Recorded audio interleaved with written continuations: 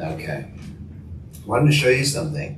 So while we are doing this with the adults, my wife is working with the young people over there, and they're putting together, like, every night they do all kinds of crafts and the Bible study and the teaching. And so this is just one of them I took out of the, box of all the ones that were there. So you can see that at the end they get like kind of almost like a little Bible. So the first night, we were talking about the second coming of Christ. And so it has a little turny thing here that has the Bible verses and the clouds coming and then Jesus coming. Pretty cool, right? And then they got this one. Remember we did this, right? And that's, the Daniel 2 prophecy. And then they got, what's this one here? Oh, this is the origin of evil. Actually, kids catch that. They understand it. They actually ask very deep questions I have a hard time answering. And Ten Commandments, it's actually quite beautiful. It's like a mirror. See the mirror? Yeah, remember that? Okay, so all these things that we did in ours, but they're doing it at a kids level. And we're going to be talking on Wednesday. Actually, I'm going to be sharing my testimony on Wednesday. And we're talking about, it's a big one. Deception and demons and all kinds of things. I had some of that in my life. And it's also in the book of Revelation. And it's in the Bible. And this one's about hellfire. Can you see that? Okay, remember that? We did that on Sabbath, right? Wasn't so scary, was it? Okay, and then baptism. They did it on baptism. So I think this is pretty cool that my wife's doing this with the kids. And so every time I see her do these things, I say, I should do one of those. I think that'd be fun. Have one of those. Take it home with you. Okay, so this evening we're going to be talking about a prophecy from Revelation chapter 12, and it's called War in Heaven, War on Earth. Okay, so we already talked about the war in heaven when we talked about how did the sin begin, right? How did this great controversy thing begin? But now we're going to look at it on earth. So I want to begin with a story, a Canadian story, a true story. One icy night in a small Canadian town, there was a sudden power outage, and it was in winter. Not a good thing, right? Plunged the entire neighborhoods into darkness. And so that's kind of, you can't even really see it on the screens, but that the streets were completely plunged in darkness. And so I can see it on my screen, but you can't see it on yours. And can you imagine looking outside and you just see streetlights, but nothing else, right? And it's so dark, except there was one home, right? It was kind of, this creepy feeling until they saw there was one house, and it still shone with a warm, steady light. And so the people, they stepped outside, they wrapped themselves in their scarves and their mittens, and they were staring in disbelief, like, what was happening, right? Why did this single house have light and warmth? Well, it turned out that the family that was in that house had installed backup generators months before. And they didn't do it because they expected power outage or a storm. They just did it because they wanted to be prepared in advance just in case something like this did happen. It's pretty good, isn't it? And it actually ended up being, as the hours passed, the people from the other houses around there, they came to this house and they opened their doors and they welcomed in as many neighbors as they could. And it became a place of warmth and light and comfort and rest in that little town, during the winter time. And I use that as an illustration to begin with, to tell you that the Bible says that there will be spiritual darkness in the last days. And but God has always had a people called a remnant that have shone. They have shone the light of truth, a church that was prepared, protected, and empowered by Him. In Revelation chapter 12, we see a prophecy that kind of unfolds like a story, like a storyline, a woman, a child, a dragon, and then through this, God identifies a people who are an end time keepers of that flame, keepers of that truth. Okay, so when we talk about a remnant, what are we talking about? What do you think of when you think of a remnant? When I use that word, leftovers. Okay, leftovers of what?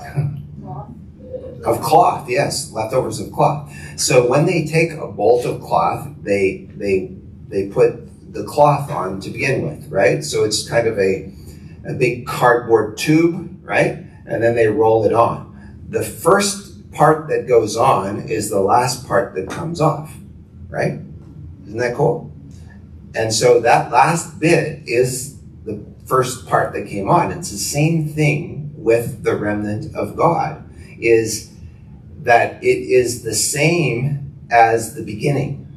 It all looks the same, right? It's the same material. And so the material of the early church, of Christ and his mission and his church, is represented in the last church. So we're going to start with the first question. I think if you have some handouts there, you can see the questions and you can fill in the answers. If you don't have it, there's some at the back there. So how do we know that a woman in the Bible symbolizes God's faithful people and the church? How do we know that? Well, we have it in Jeremiah, first of all, chapter 6 and verse 2. And it says, I have likened, in other words, I have compared. I used to teach English, and so this is it's a simile. So I have likened the daughter of Zion to a lovely and delicate, what? Woman, right? So there's a comparison. God is making a comparison between God's people and a woman, right? God's people and his people and a woman. Yeah, that's it.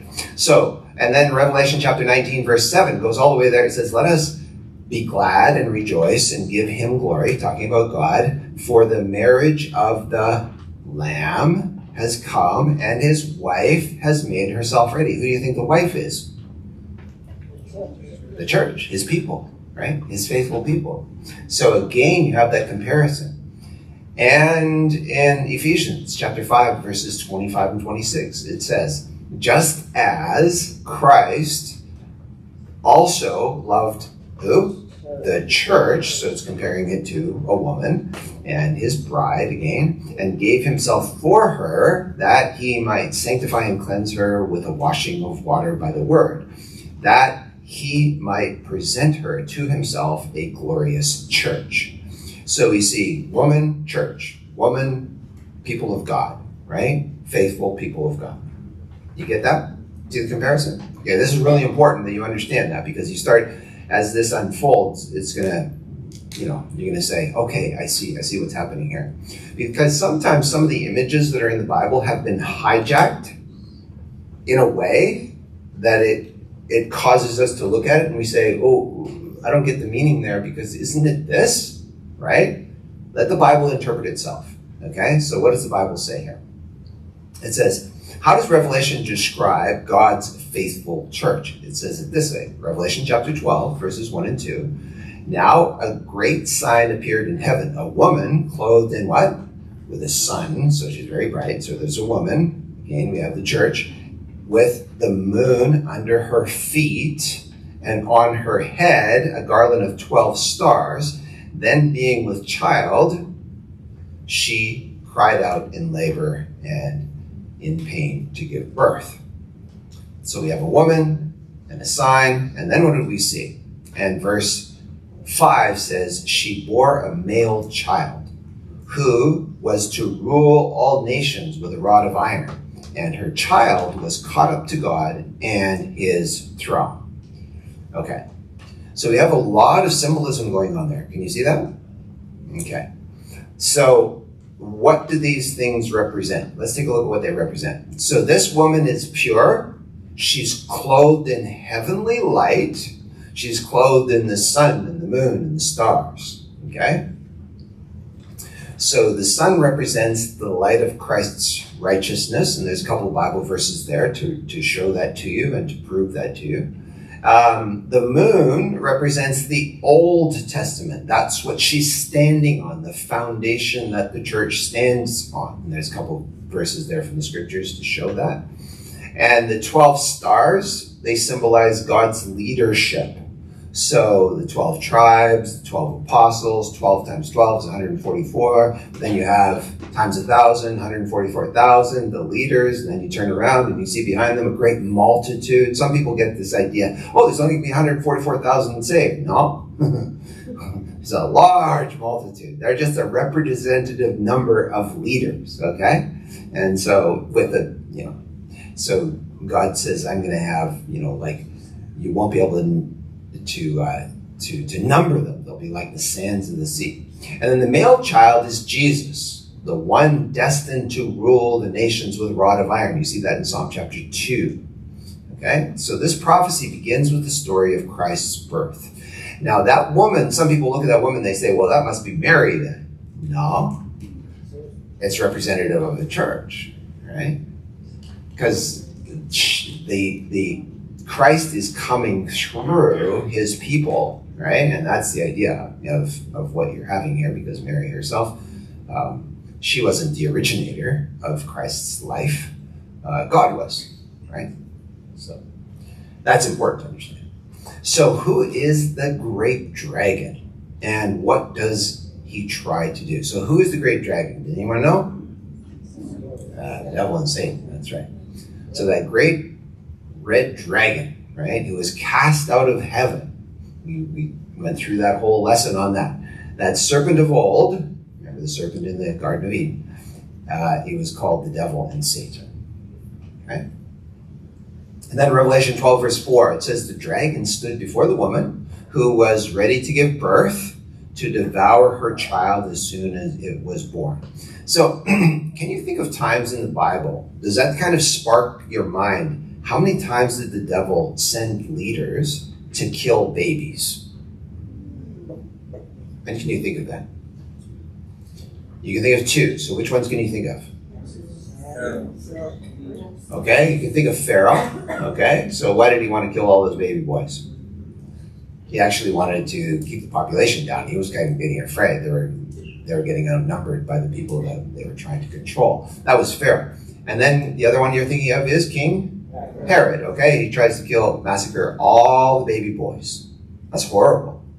Why? Because he hears from the people coming, and they're following a star. Oh, we're following a star, and there's a king, and it's like he thought he was the king. He thought he was in control. Oh, tell me about it, right? And then he tries to kill all those baby boys. Now, both of them failed. Can you think of another one that tried to kill? Anyone else? What's that? In the case of Moses, that's right, with Pharaoh. Have you heard of Queen Athaliah? Yeah, she tried to kill all those babies who were related to David to try and get them all out of the way so that she could have her son on the throne. And but they hid one of them. Remember his name? Joash, that's right. So God always has a way of protecting a remnant, protecting someone to continue the truth, carrying on. So what happened after Satan failed to destroy Jesus? Well, and it says that the child was caught up to God and his throne. So Jesus went to his Father. Now he's in heaven. So here's the thing. Satan is now trying to destroy on earth. So what did Satan do to the church after Jesus went up to heaven? Well, it tells us that when the dragon saw that he had been cast to the earth, he persecuted the woman who gave birth to the male child. So what he's doing here is this. Satan could no longer vent his hatred on Jesus, so he decided to hurt Jesus by hurting the object of his love, his church. So many times, I think the worst thing that could happen to a parent is to have their children being tortured, right? If an evil person really wants to torture the parents and they hurt the parents, they turn on the children. That's horrible. That's really horrific to think about that, but that's exactly what he did. And so during this period of time, we think of who was doing this, by the way. What kingdom, what empire was doing this? What was the empire that was trying to kill Jesus to begin with? The dragon was working through them. Was the Roman Empire. Okay. So if we go back to Daniel 2, you had Babylon under Nebuchadnezzar, and then you had the Medes and the Persians, and then you had the Greeks, and then you had the Romans. But now it's not ended. And so the Romans now are attacking, and they're attacking Jesus, but then they attack the followers of Jesus. Why do they attack the followers of Jesus? Well, Herod did not like the Jewish people, and he did not like the Christians. Both of them kept the Sabbath. Both of them seemed to be related to the same belief system, but the reason why they hated them was this. They had this strong iron ruling fist, and they said, as long as there were multiple religions, but as long as you pay homage to our gods. Now, for the Romans, they had many gods, but the main thing was the sun god. And especially at this time, it was the worship of Mithraism. Mithraism was very, very prevalent, and the worship of the sun. But two groups of people would not bow down to this Roman practice. And they were the Jews and the Christians. And so what happened to the Christians? Where did they go under all of this persecution? They went underground. Have any of you ever been to, literally underground? Okay? Any of you been to Rome? Yeah? What do they call those places where they went underground? The catacombs. Have you ever been in the catacombs? Any of you? It's a pretty cool place actually going down there. So you can get lost in there if you don't stay with your guide. And so I was pretty young when I went down there, and so I was following along with a guide. And of course, when you're young, you don't really listen to anybody. And so I went off to a side, and I went to a side little enclave, and I had some friends coming behind me, and I just jumped out of there to scare them. Of course, guides don't like that very much. But then I started exploring other areas. You can easily get lost in there, and it was made that way. I mean, it was a labyrinth of tunnels and everything under the earth because they tried to preserve their lives. They were trying to stay alive against the persecution of the Romans. So one of the things that Nero did was Nero wanted to kill the Christians. Why? Well, because they wouldn't worship his gods, but also he wanted to. So what he did was, he didn't like the way there were certain parts of Rome, especially the city, that were getting, these wooden structures where these poor people were coming in. And so what did he do? He set fire to Rome. You know that story? So he set fire to Rome. He went up on the hill and he was playing his fiddle. Well, you've heard that story before. And then who did he blame it on? He blamed it on the Christians. So he said, it was these terrible Christians. Did you know they're cannibals? And they're cannibals, and he said right in their writings it says that they eat his flesh and drink his blood, right? And so he took the teachings of Jesus, of course, twisted it, and created a lot of hatred towards the Christians.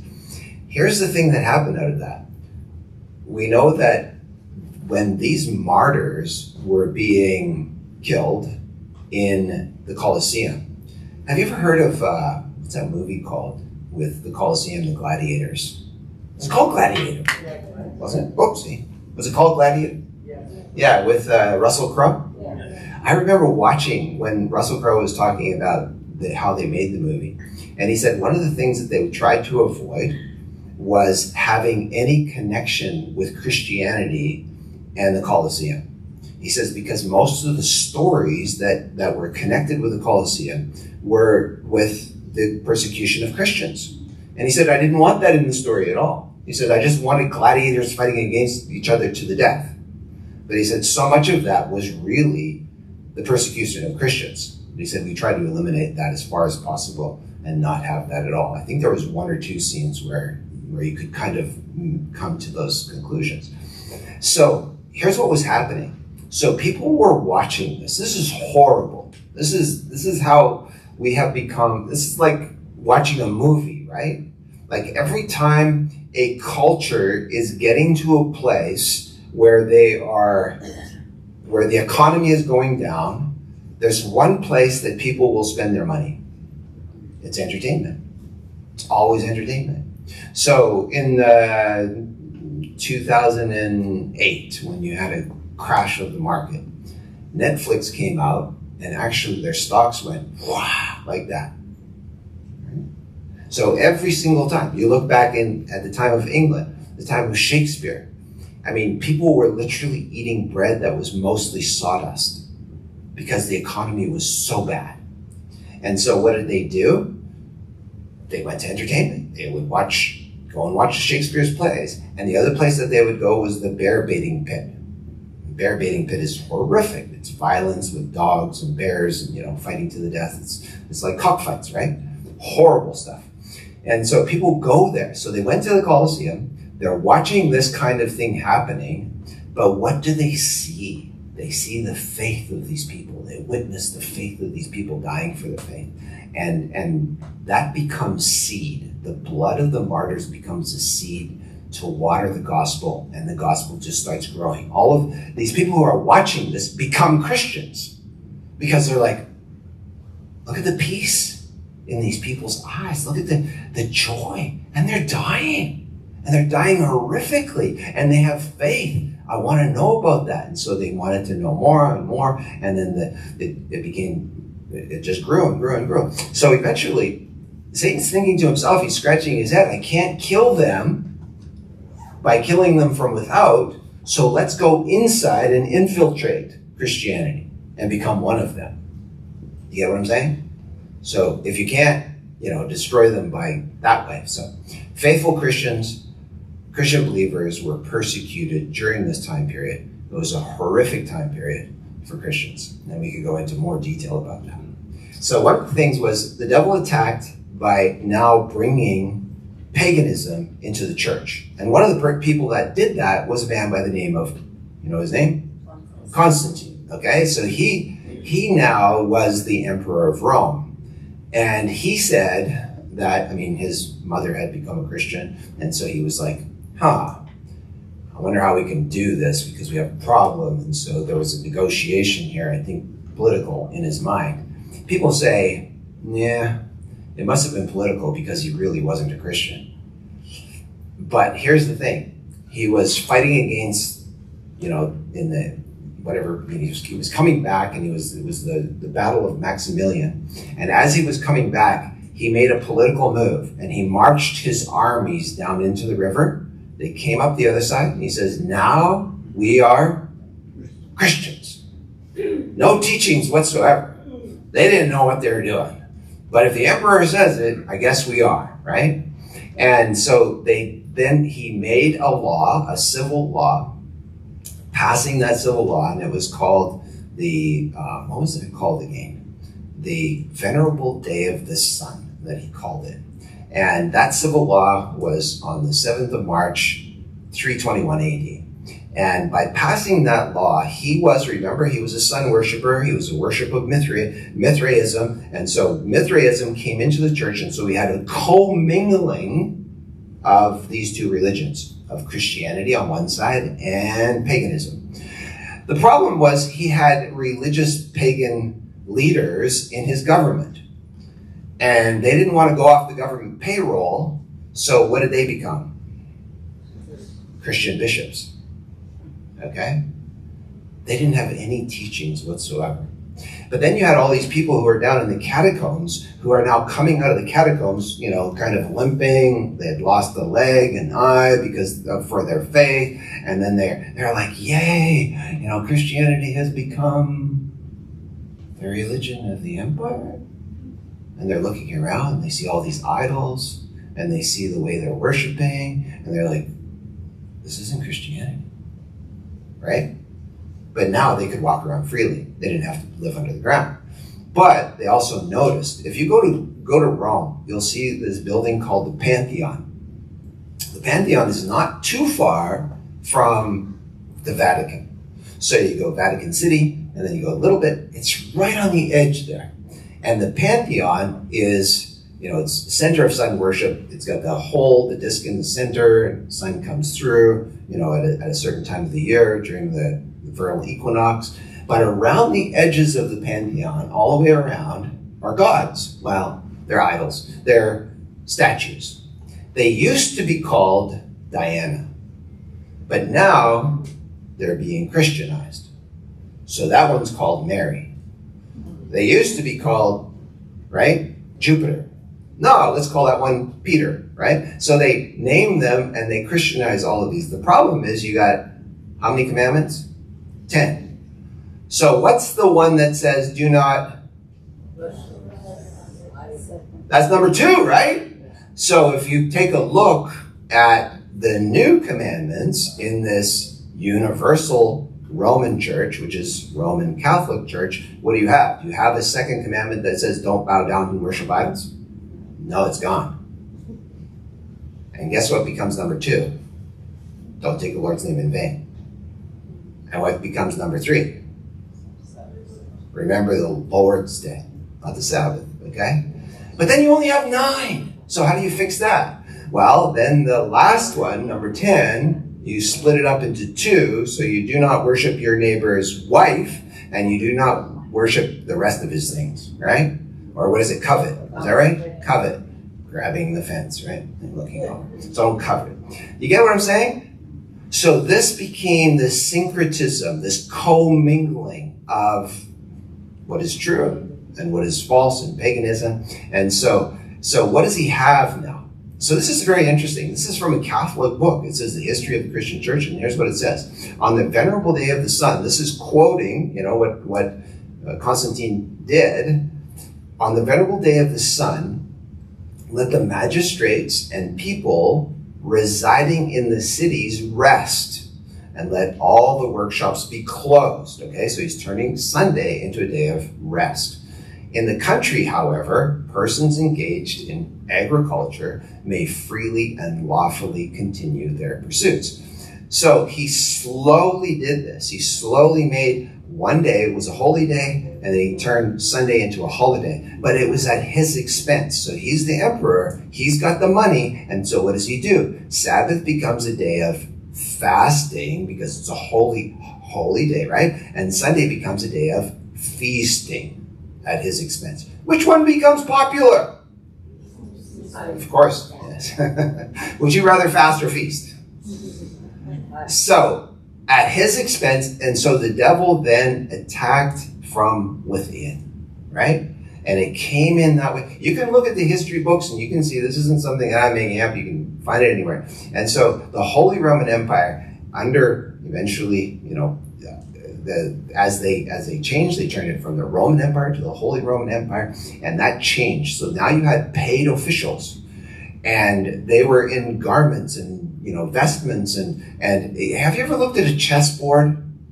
You have the king and the queen. What's on either side of the king and the queen? The bishops. That was what was going on. The king and the queen could no longer make decisions on their own, because if they did, and the bishops and the pope did not like it, then they could be excommunicated.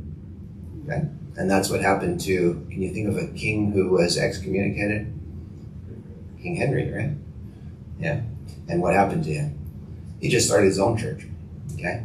So he started his own church, and he called the Anglican Church. But then the Anglican Church, he had all Catholic bishops and stuff, and so he just made them Anglican. So they're English Catholic, right?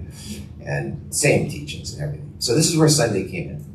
So Sunday worship came in, and why Sunday? That's a really good question. So why do you think Sunday came in? Because he was a Sunday worshiper. That was his main day of worship. He worshiped the sun. And so that was who he came to, So Karl Keating, he is a Christian, what do you call him, apologist.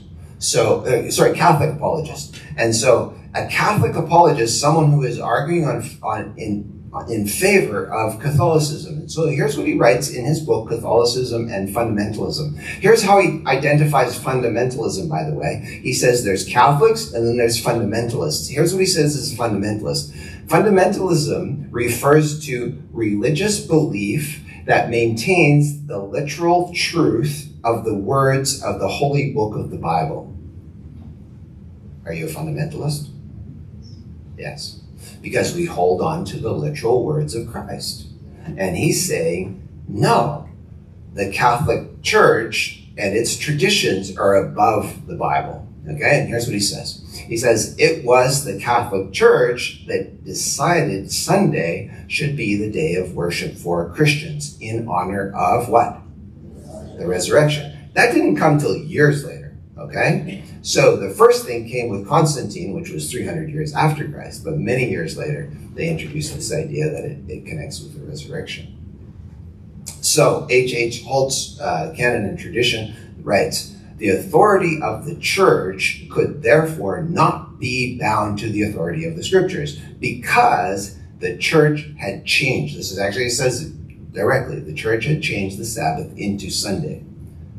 And then it goes on, not by the command of Christ, but by its own authority. So who gave it that authority? Well, they say that Peter gave it that authority because Peter was the first pope. You ever heard that before?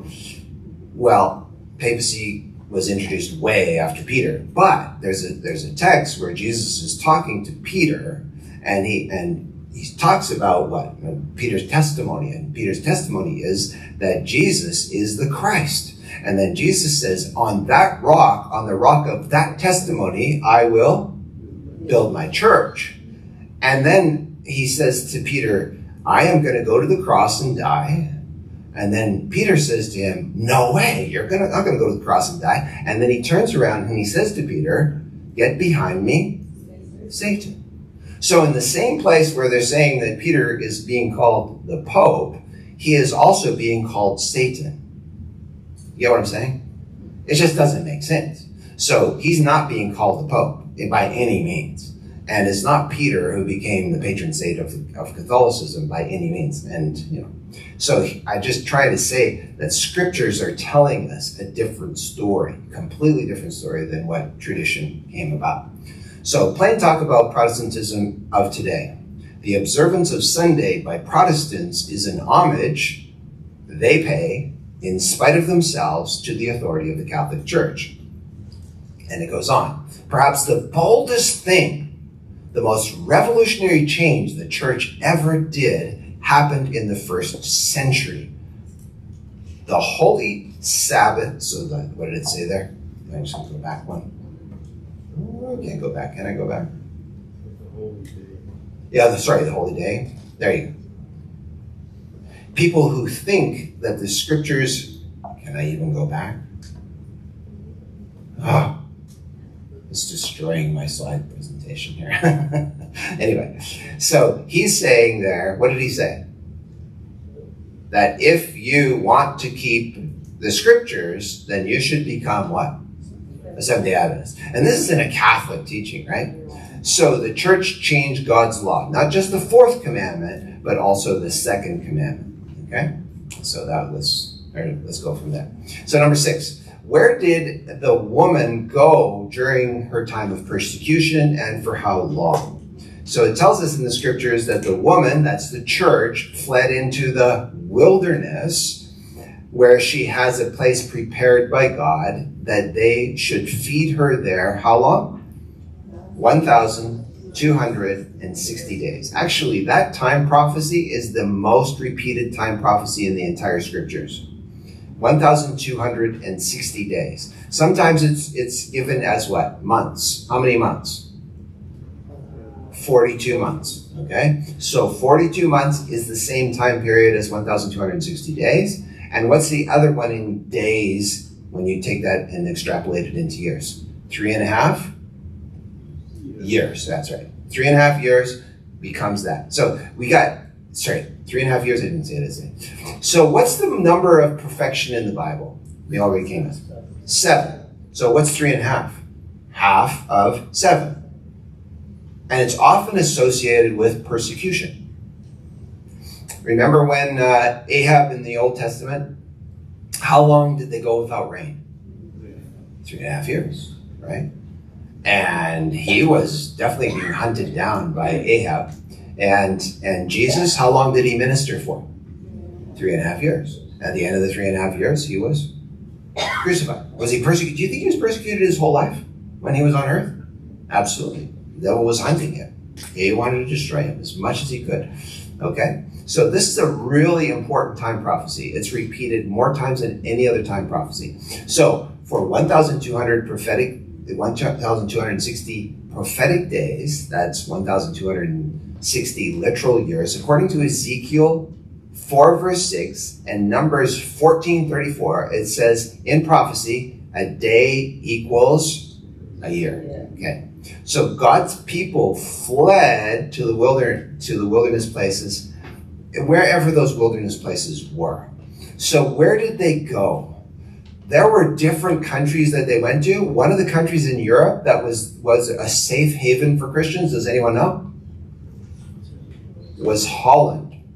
Do you know the story in Holland?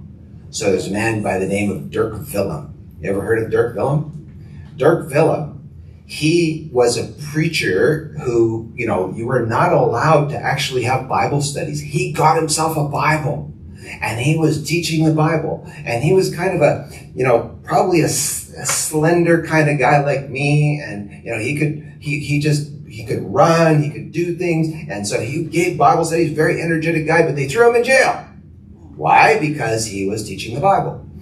And so he made a kind of a rope out of sheets, and he let himself down over the side of the jail, and he was running away from the jail. And as he's running away, the guard starts running after him. They sound an alarm. Actually, the Burgermeister, who's the Burgermeister? The mayor comes out and says, arrest him, arrest him. And the Burgermeister's kind of plump and there's, he's going running and so he's running, but he runs across the ice. And as he runs across the ice, he has a big burly guard who's coming after him, and he's running after him. Dirk makes it, but the guard doesn't, because the guard goes through the ice. And he's dying. And he says, save me, save me. And Dirk, being a good Christian, runs back and saves this man's life. Pulls him out. The Burgermeister is standing on the shore, and he says, arrest that man. Now what does this guy do? He just had his life saved. He doesn't want to arrest him, but it's either his life or that guy's life. And so he does. He arrests him. They take him back to the prison. They give a quick sentence. They take him to the stake. And they're in Asperen, Holland. They put him on the stake. And the fire isn't the greatest fire. It's kind of slow burning. They say that they could hear his screams for miles away. Here's the problem. The people of Holland, they rose up against this. They said, this was a good man. He should not have died. And when you hear that story, you say, what a waste. How could God allow that to happen? Well, here's the thing. What happened was the people of Holland rose up against the church, and they protested so much that they became a place of religious liberty. And so Holland, because of that man's sacrifice, he didn't know this, of course. He died and he didn't realize that this would happen. But Holland became a place of, you could express your religion. So many of these people, part of the wilderness was there. Part of the other wilderness was going to North America, right? Coming to Canada and the United States, and just to get away from this persecution. They wanted freedom from a pope and freedom from a king, and so they would go to other places. But Holland, have you noticed how many Christians have come out of the Dutch people? Like solid Christians. So if you go to a place in Manitoba, it's called Steinbeck, Manitoba, you can see a statue of Dirk Willem pulling this man out of the water. It's a statue made of bronze, and it's right there in Manitoba, here in Canada. Isn't that beautiful? And it's in Steinbeck, Manitoba, where there's lots of Mennonites, okay, who come from Holland. Yeah. So what you're seeing here is this, that when there was persecution, the church didn't die, but God prepared a place for them, right? So this time period started in 538 with Justinian's decree. death to the heretics, and it went all the way to 1798. What happened in 1798? Does anyone know? The Pope was taken into captivity by General Berthier, who was the Pope's general, or not the Pope's, but Napoleon's general, right? And so then you had like this deadly wound, and so you have that exact time period from 538 to 1798. That's 1,260 years that there were millions of people persecuted and remained. So we call it the Dark Ages, right? The Dark Ages, the darkness of truth. So they have that 1,260 years or 1,260 days of prophecy. Okay, of persecution. So the Waldensians, ever heard of the Waldensians? Yes. Have any of you been to the Waldensian valleys? Any of you? Oh man.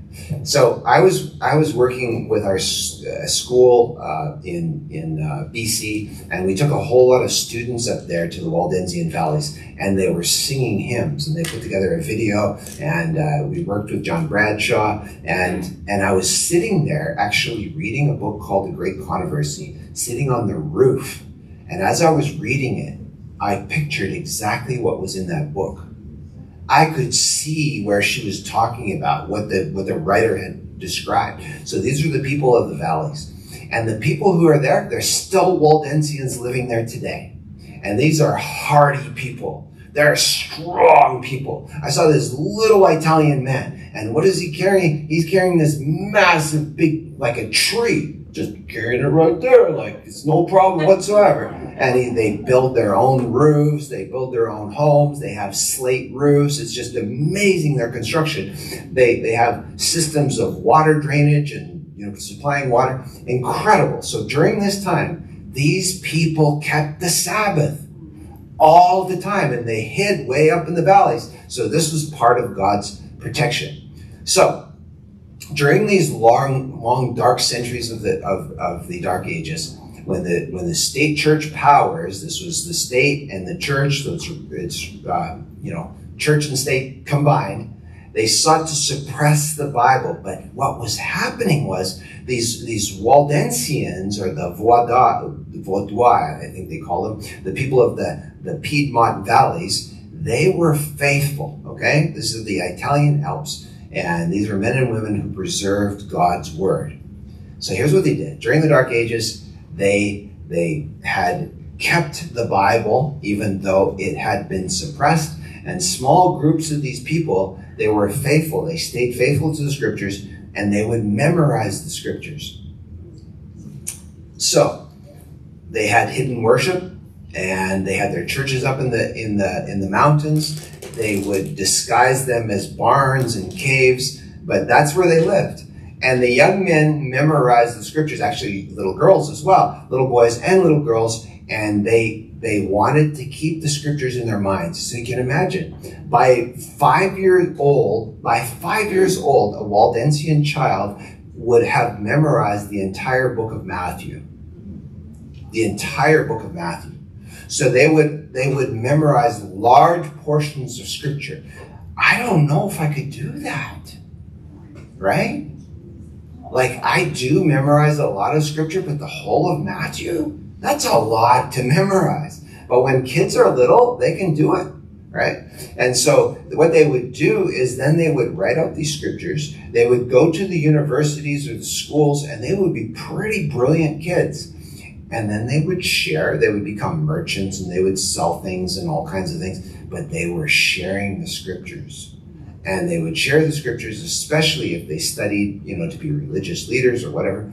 And one of the things that would happen was in the schools, they would start realizing people were learning the scriptures, and they were like, where is this coming from? How are the kids learning the scriptures? And then they would quietly, try and find out, and when these kids were being found out, they would leave and go to another place, right?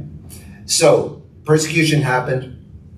Many of them fled into the mountains, and they would take with them, they would carry Bibles, and they would wrap them up in cloth, and they would take them where they could, and then they would just write them up and continue to share wherever they went. So they would sell trinkets and whatever, and in those trinkets or things, they would put little copies of the scriptures.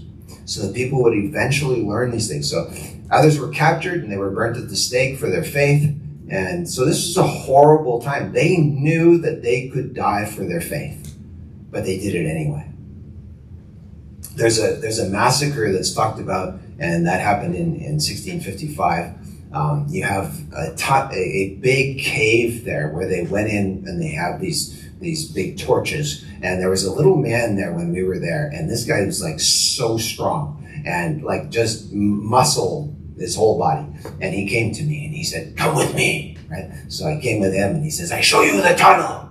I'll show you where they threw us off."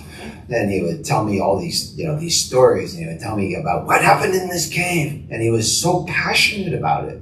I was like, "This is what they did to our people." Tell me this story. It was just like so alive. And he carried his torch and he went down into that cave and he says, "This is where it happened. Show me around." And then I said, "Come with the students. Let's go there." And they sang a hymn in the cave. He was like, "Oh, this is so beautiful." Right? It was so nice. So there was coordinated attacks. The soldiers, they massacred the women, the children. They threw them off a cliff. There was a big rock there, and it was horrible. Anyway, so that's what they did. And so John Milton, you've heard of John Milton before? So he wrote about this called On the Late Massacre in Piedmont in response to what had happened there. So this is well recorded in history. So they had an enduring faith. They lived their faith endured despite the persecution. They fulfilled the Revelation chapter 12, the woman in the wilderness, so they were very much like that. They preserved the scriptures and the gospel through centuries of darkness. Very inspiring people. And if you haven't read a book called The Great Controversy, I encourage you to do that. So there's maybe a lesser known part of the Canadian wilderness story, and that is that there were small groups of believers, of Sabbath keepers, even throughout Canada. And I see Marie and Elaine Sankey here, and that's really encouraging because they're what, your grandparents? Because there were people sharing about it. These people weren't people who were, they were like Jesus. They just walked around. They didn't have robes on. They didn't have a big platform. There were people throughout the Maritimes and rural Ontario and throughout the prairies who just went from farm to farm and log cabin to log cabin, and they just shared their faith. And it just, I don't know how, like it just burned in their minds. And it just was like, hey, I'm going to live for this. Did they have a church where they had a whole lot of other people? No. They didn't even have large buildings, right? There was like no national platform, no pastors. They just had a Bible and a deep conviction to follow God's truth. I think that's beautiful. And so many of these churches that sprang up, they were just small little gatherings of people. And most, I think, of Sabbath keepers throughout Canada and the world are just really not large groups, right? But they're faithful, right? And they stay faithful to God. And I just think that's beautiful. So there's two marks of the remnant church, and these are they. It says that the dragon was enraged with woman, and it talks about those who keep the commandments of God, and they have the testimony of Jesus Christ. Okay, those are the two things. Testimony of Christ and the commandments of God. That's pretty easy. So they keep all the 10 commandments of God, including the Sabbath, and they have the testimony of Jesus Christ, which says in Revelation chapter 19, verse 10, and we'll go to that later, they have the spirit of prophecy, okay? And one of the things is that when you have that message, you just want to share it. It's right there. It's the prophetic word. And so you want to share that wherever you go. So how do we show our love for Jesus? Well, it says here, Jesus' own words, if you love me, what do you do? Keep my commandments. Okay? You will follow my word. And this is the love of God. This is what John says in 1 John chapter 5, verse 3. This is the love of God, that we keep his commandments. Okay? We're faithful to him. So if you look throughout history, you can see during the Dark Ages, then all of a sudden you had these Waldensians who went through this whole period, but then you had a man by the name of John Huss who shared his faith. He had a picture of him earlier in the slides where they put like this, what they call the demon's hat on his head, and they burnt him at the stake. That was horrific. You know, John Huss, where was he from? Does anyone remember? From Bohemia, right? If you go to Prague in Czechoslovakia, or the Czech Republic, you go to Prague, you'll see this big statue of John Huss. Huge. And I remember being there with a lot of students, and they were singing in the area, and so I went up to people with a microphone and I said, "Can you tell me what this statue is?" You know, acting real dumb. And they, "I don't know. No one knows what it is. It's massive. It fills up the whole area. I mean, it's really, really big." And there's a church there and the whole history of John. And it's like, no, I don't know. I'm like, really?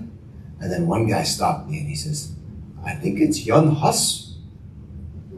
I said, "Tell me about Jan Hus." And so he starts telling me the story. I was like, thank you, God, someone knows.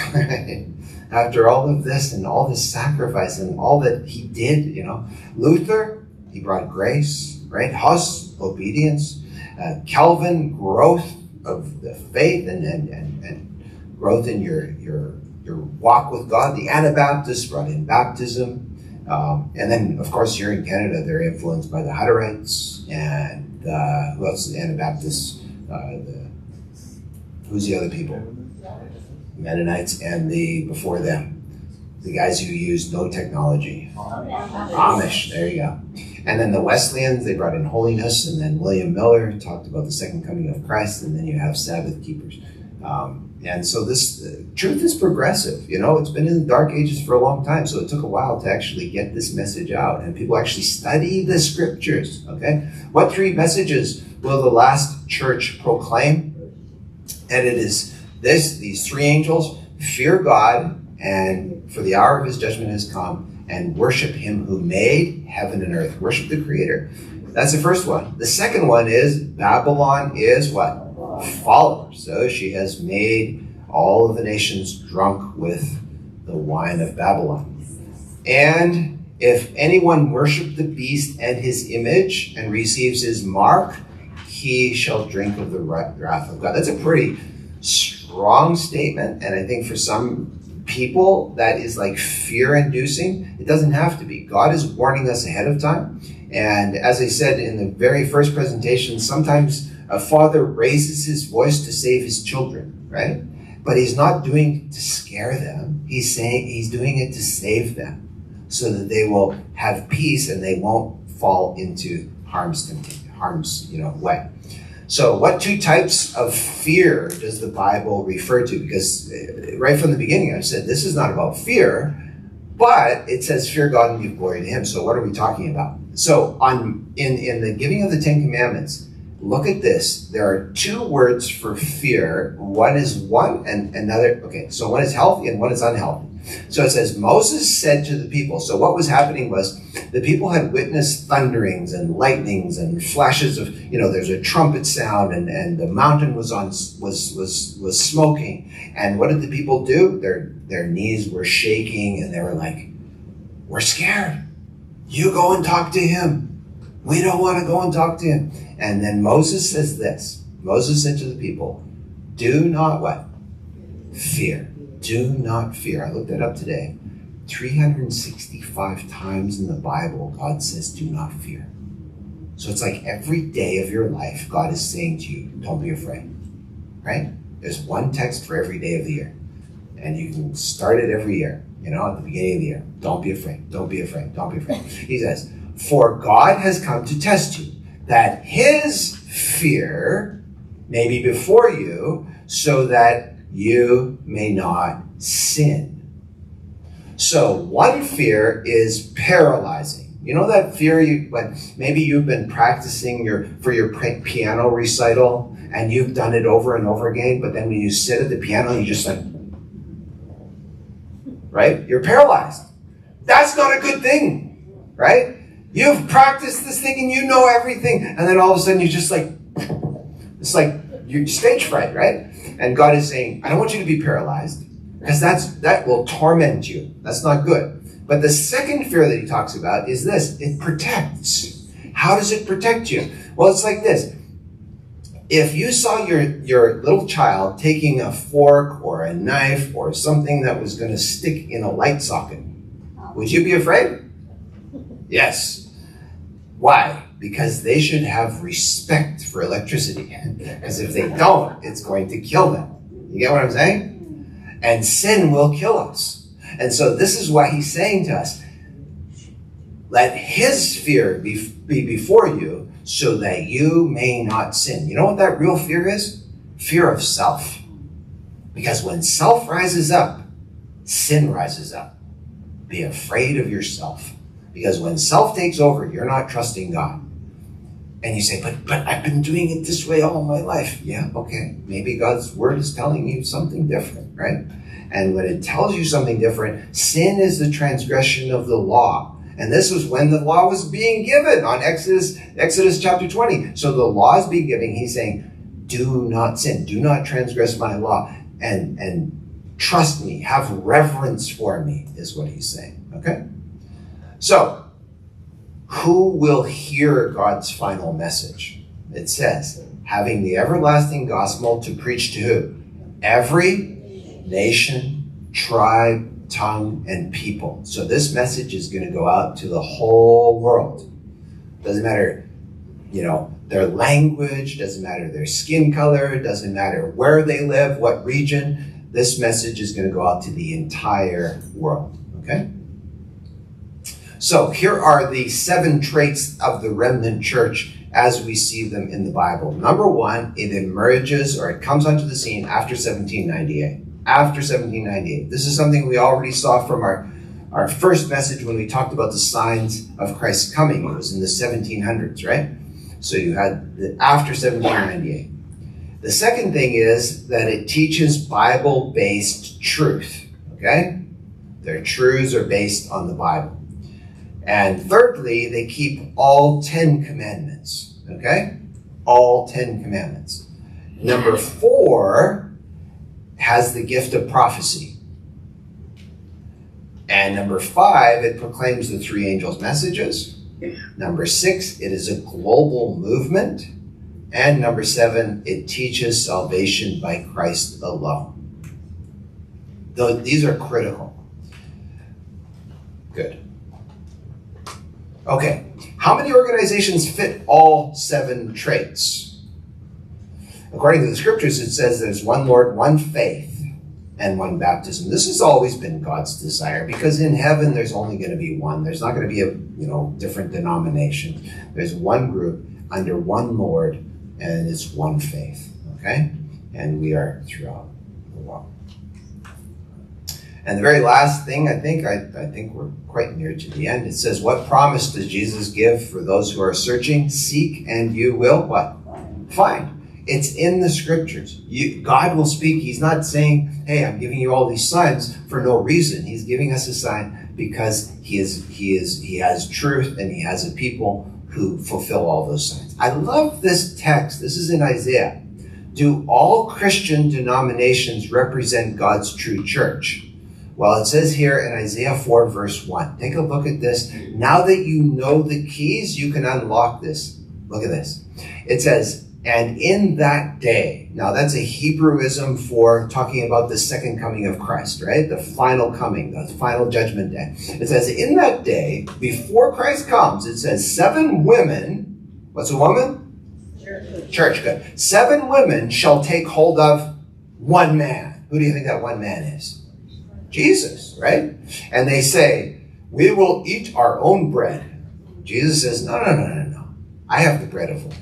No, we'll eat our own bread. And we'll wear our own apparel. Only let us be called by thy name to take away our reproach. Let's call ourselves Christian, but we got our own thing going here. Okay? Can you see what it's saying there? Okay. We feed on the bread of life. That's God's word. You get what I'm saying? And we wear Christ's what? Righteousness. Not our own righteousness. And so God is saying to us here in the scriptures that this is not the way to go. Okay? So is church membership necessary? Well, the Bible says in Acts chapter 2, verse 47, and the Lord added to the church daily those who were being saved. And all those people were being baptized, over 3,000 on that one day, day of Pentecost. So how many ways of escape existed in Noah's days? Well, you know, he only made one ark, right? He didn't make a whole lot of arks. There was only one. So there was no backups anywhere. And if someone just kind of thought to themselves, maybe he's right, you know, they had in their garage another boat, it probably didn't make it through that storm, right? So do you think it was the boat that saved him or God? Yeah, I think those waves are pretty rugged, right? Like, he wouldn't have made it if he didn't have angels there. So what will happen to sincere Christians in other churches? Well, here's what the Bible says. John 10, verse 16 says, and other sheep I have, which are not of this fold. Them also I must bring, and they will hear my voice, and there will be one flock and one shepherd. That's beautiful. Do you think that there are people in every church who are faithful followers of Jesus? I know there are, okay? And they're beautiful people who I think they're, you know, I just see them. They're faithful followers, and I'm seeing faithful followers in all churches who are now coming up and studying the Bible deeply. It's like, I think there's so many things happening in the world that people are looking for truth, and they see so many scams. They're like, where do I turn? Well, you turn to God's word. And the final thing, Revelation chapter 18, verse 4 says, come out of her, who? My people. So there must be God's people who are in these false systems, right? This false system of Babylon, lest you share in her sins, and lest you receive of her plagues. Okay? So come out of her, my people. So your response.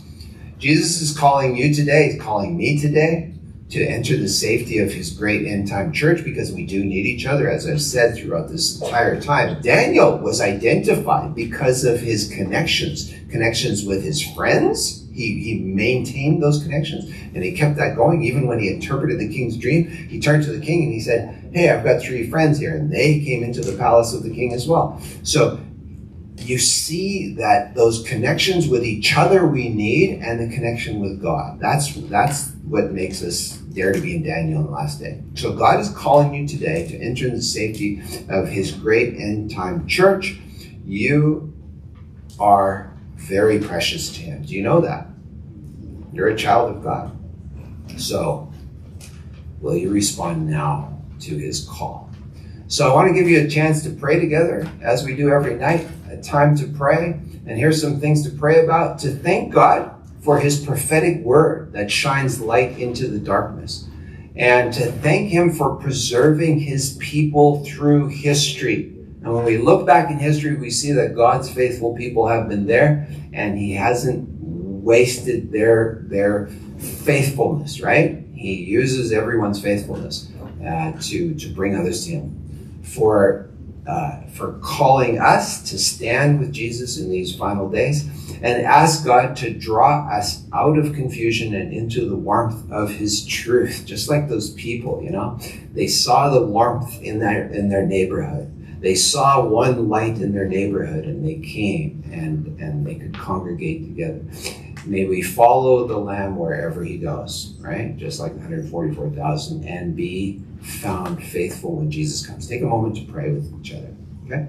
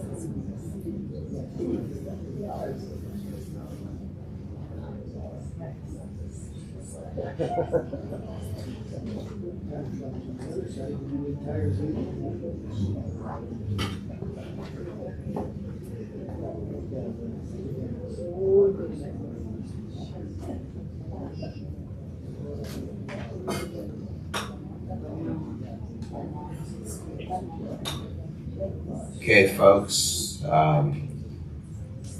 thank you so much for coming again.